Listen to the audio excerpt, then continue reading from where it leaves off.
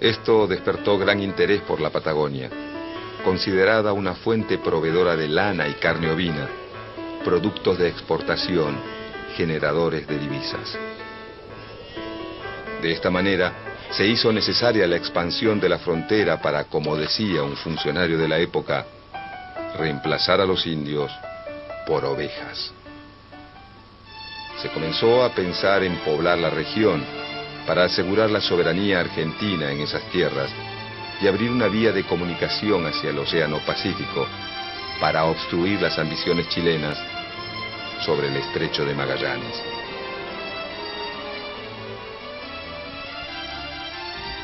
En 1874 asumió la presidencia Nicolás Avellaneda y poco tiempo después promovió la Ley de Inmigración y Colonización. La ley fomentaba la inmigración mediante oficinas de propaganda en las principales ciudades europeas, donde se entregaba folletería informativa que prometía pasaje gratis, tierra en propiedad y trabajo.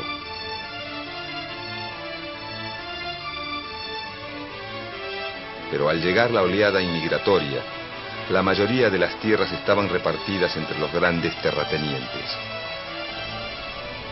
La nacionalización del territorio resultaba imprescindible. El gobierno le encargó al ministro de Guerra, Adolfo Alsina, un plan para terminar definitivamente con el problema del indio y del desierto, y correr nuevamente la línea de frontera. Este emprendimiento intentó alcanzar el Río Negro y lograr la paz con las comunidades indígenas. La falta de planificación y la incapacidad del gobierno de elaborar tratados que respetaran mínimamente los intereses indígenas llevaron a varios caciques a organizar una gran invasión.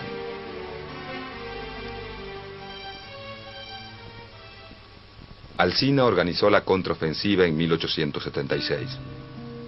Como resultado de la campaña se construyeron pueblos como Carué, Guaminí, Puán, Trenquelauquen, Italó, y una zanja de 374 kilómetros, de unos 3 metros de ancho y 2 de profundidad, entre Carué y Laguna del Monte, conocida como la Zanja de Alsina, que tenía como fin evitar el robo de animales.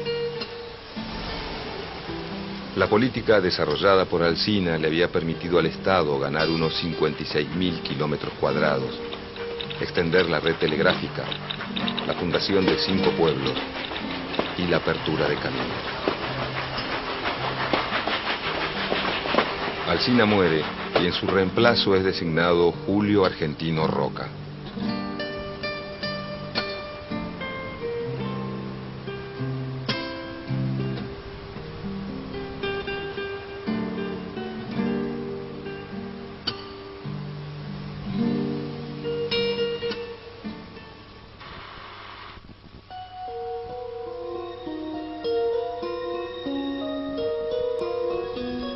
Sellaremos con sangre y fundiremos con el sable, de una vez y para siempre, esta nacionalidad argentina que tiene que formarse como las pirámides de Egipto y el poder de los imperios, a costa de sangre y el sudor de muchas generaciones. En 1878, el Congreso Nacional sancionó una ley por la que se destinaba 1.600.000 pesos para el traslado de la frontera a los ríos Negro y Neuquén. La suma millonaria se obtendría a través del producido de las tierras públicas nacionales que se conquistaran. Casi 400 personas se quedaron con más de 8 millones de hectáreas de las mejores tierras del mundo. El nuevo ministro de Guerra aplicó un plan de aniquilamiento de las comunidades indígenas a través de una guerra ofensiva y sistemática. El plan se realizó en 2 etapas.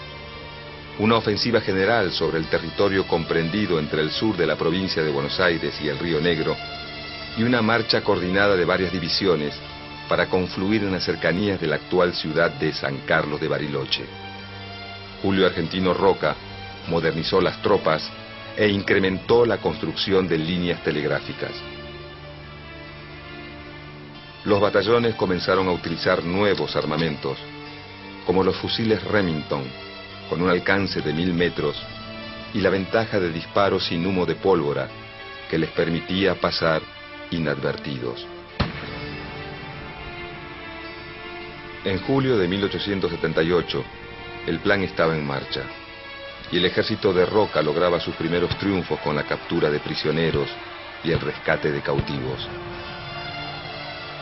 Cuando finalmente Roca emprendió su campaña, el indio estaba ya muy lejos de ser un enemigo formidable.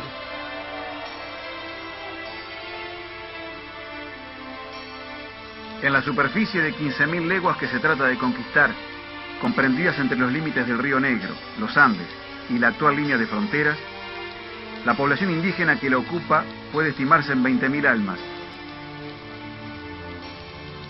Tenemos 6.000 soldados armados con los últimos inventos modernos de la guerra, para oponerlos a 2.000 indios que no tienen otra defensa que la dispersión ni otras armas que la lanza primitiva.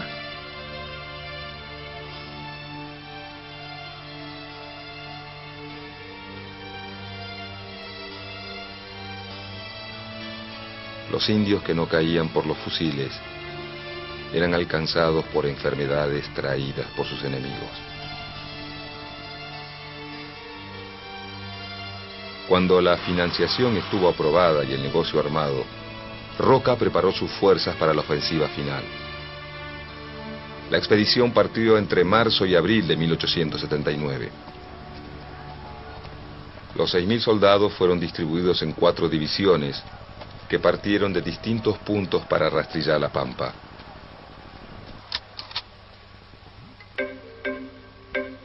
Dos de las columnas estarían bajo las órdenes del propio Roca y del coronel Napoleón Uriburu, que atacarían desde la cordillera para converger en Choele Choel. Las columnas centrales, al mando de los coroneles Nicolás Levalle y Eduardo Racedo, entrarían por la pampa central para ocupar la zona de Estraorú, Lauquén y Poitahue. Todo salió según el plan, con el acompañamiento de la Armada que con el buque El Triunfo, a las órdenes de Martín Guerrico, navegó por el Río Negro. Roca demoró la llegada de las tropas a Choele Choel para arribar a la margen izquierda del Río Negro el 25 de mayo de 1879. Tras la celebración de la victoria aquel Día de la Patria, Roca encaró el último tramo de la campaña.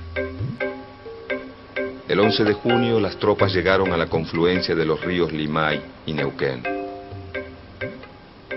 Pocos días después, el conquistador ministro debió regresar a Buenos Aires para garantizar el abastecimiento de sus tropas y para estar presente en el lanzamiento de su candidatura a presidente de la República por el Partido Autonomista Nacional. El saldo de la campaña fue de miles de indios muertos, 14.000 reducidos a la servidumbre y la ocupación de 15.000 leguas cuadradas que se destinarían, teóricamente, a la agricultura y la ganadería. Las enfermedades contraídas por el contacto con los blancos, la pobreza y el hambre aceleraron la mortandad de los indígenas patagónicos sobrevivientes. Los vencidos debieron caminar encadenados 1.400 kilómetros hacia los puertos de Bahía Blanca y Carmen de Patagones. De allí partieron en una larga y penosa travesía hacia el puerto de Buenos Aires, desde donde fueron trasladados a la isla Martín García. En la isla fueron embarcados nuevamente y depositados en el Hotel de Inmigrantes, donde la clase dirigente de la época se dispuso a repartirse el botín. Cuenta el diario El Nacional del 31 de diciembre de 1878. Los miércoles y los viernes se efectuará la entrega de indios y chinas a las familias de esta ciudad por medio de la Sociedad de Beneficencia. La desesperación y el llanto no cesan. Se les quita a las madres sus hijos para en su presencia regalarlos a pesar de los gritos, los alaridos y las súplicas que hincadas y con los brazos al cielo dirigen las mujeres indias. En aquel marco humano, unos se tapan la cara, otros miran resignadamente al suelo. La madre aprieta contra su seno al hijo de sus entrañas. El padre se cruza por delante para defender a su familia.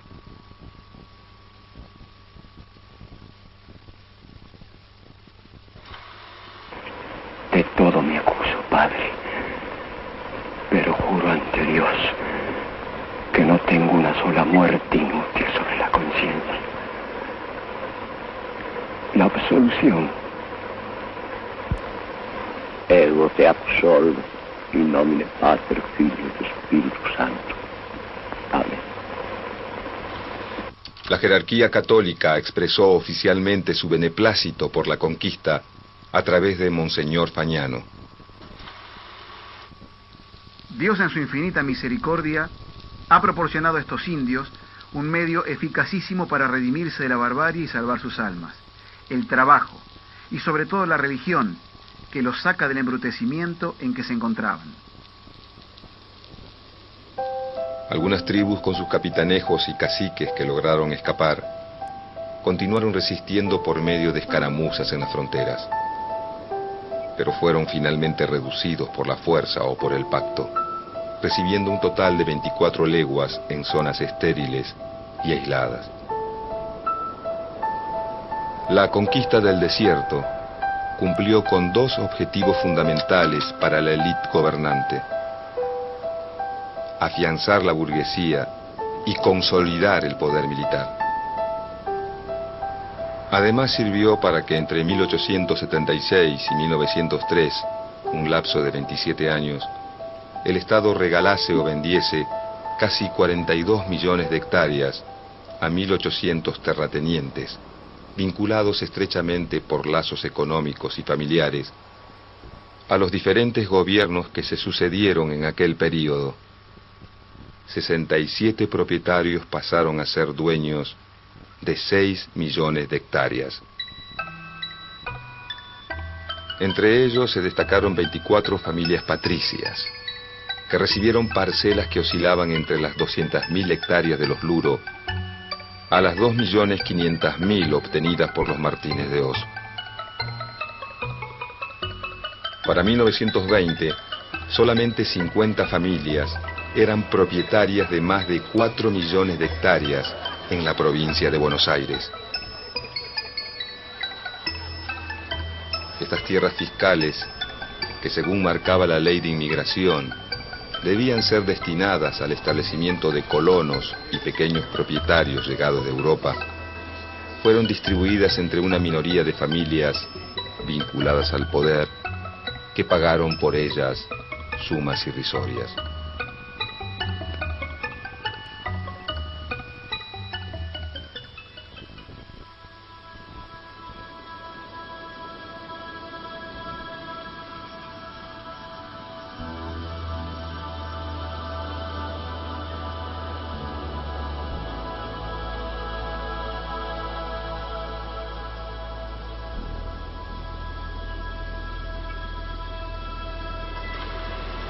Algunos pequeños propietarios se dedicaron a la explotación ovina y poblaron el desierto con ovejas.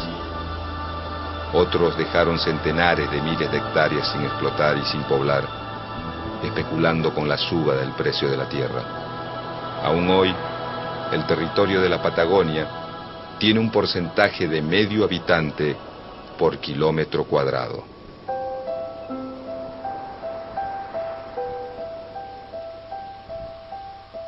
Muchos descendientes de los pueblos originarios de esas tierras aún viven ignorados, imaginados como en aquellos días de la conquista, cuando fueron brutalmente masacrados o condenados a sobrevivir aislados en pequeñas comunidades, luchando porque concluya el tiempo de dominación sistemática ejercida por el hombre blanco.